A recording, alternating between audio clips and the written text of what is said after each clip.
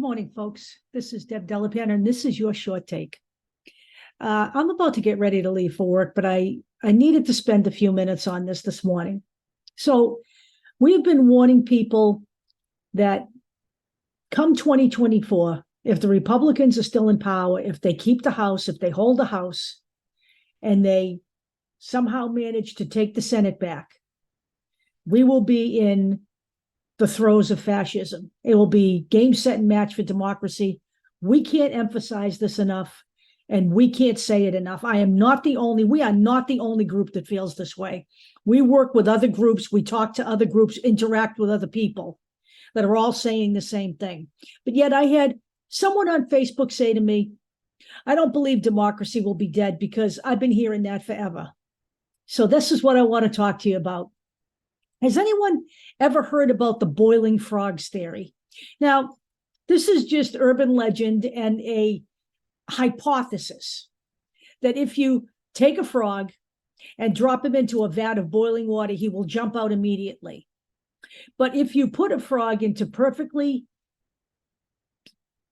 kind temperatured water, tepid, let's say, lukewarm, and you heat it up slowly over time, he will stay there until he boils to death. That is where we are in America today. This surge into fascism isn't just happened since 2016. I have been doing this for a very long time. I had a blog way back in the day in the 90s. I certainly didn't have YouTube and access to videos or any knowledge of what any of that was at that time. But I was writing a blog and I had a fair amount of followers. I was warning people even before that, during the time of Reagan, verbally. Okay? I was out warning people. I was 17 years old, and I was out warning people about what Kent State meant, that actually happened here, that the military actually shot students on a college campus. And it didn't just happen at Kent State. It happened at Orangeburg, but no one talked about that because they were Black students. Okay? And all of this was done under GOP regimes. Okay? Not Democratic, GOP. I warned people when, Newt Gingrich advanced the Republican Party to the right with the contract with America. It should have been called the contract on America, okay? I warned people when people like Michelle Bachmann were elected to office who were right-wing religious fanatics. I warned people about dominionism. I warned people with Sarah Palin. I've been warning people forever, and I'm not the only one that's been doing this. What this has been is a slow boil to fascism. All the way through. We got the right to control our own bodies. Women got that right in 1973 with Roe v. Wade. The surge to demolish Roe v. Wade started 2 years later in 1975, when they decided that the government couldn't use federal funds for abortion. The Hyde Amendment. Does anybody remember that? It started then, and they slowly whittled away at Roe over a 40-year period, until it was finally overturned under Donald Trump. Donald Trump, who stood up on a podium in 2016 and vowed to appoint judges that would specifically overturn Roe v. Wade. Because what has happened is the Newt Gingrich movement, the moral majority, Pat Robertson, that all led into the Tea Party movement. And before the Tea Party movement, the moral majority was a big thing. Okay, they were a big thing. But eventually this all morphed into the Tea Party movement. We still have Tea Partyers in the legislature right now. Joni Ernst. There are others, okay? The Tea Party movement went further to the right with the MAGA movement.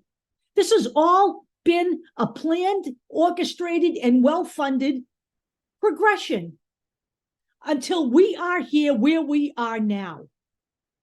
This person and other people don't believe fascism is on our doorstep. We had people literally break into the Capitol, and they were armed, okay? Poles armed. When you steal, battering rams for the police and you beat them with it, that's being armed.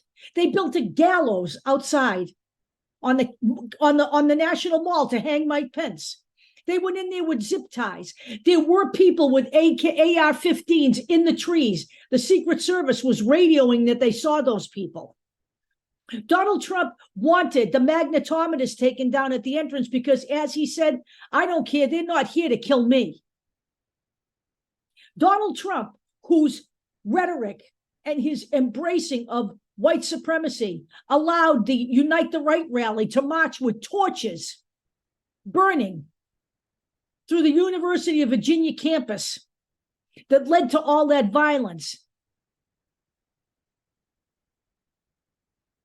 This has been a slow burn, and Donald Trump was the final catalyst to normalize all of this. Now we see a rise in not just white supremacy, but anti-Semitism. We see rampant oppression of the LGBTQ and transgender community. We see people of color being further marginalized by being denied the right to vote. And people don't believe that democracy is on death's doorstep. What the hell is wrong with you? What are you waiting for here? Are you waiting for some kind of magic to appear? Are you waiting for them to jail everybody in the legislature? That can't be done. It isn't a question of whether the DOJ wants to do it. It's a question of that's not the way our legal system works. And it doesn't work that way for a reason, because they could do the same thing to you. All of these people have to be investigated, just like they had to have an airtight case against Donald Trump to prove that he's a seditionist, to prove that he violated the whatever the hell it is. I'm losing my mind now. You're making me lose my mind with this. That he violated all of the freaking laws of this country when it comes to treason. The Espionage Act, that's what it is. He violated the Espionage Act. They didn't even have a third of this against Richard Nixon during Watergate. This man violated the President of the United States, violated the Espionage Act by taking documents and showing it to other people. He literally spent time organizing in Georgia to find votes to overturn a legitimate election. That's the next step for him.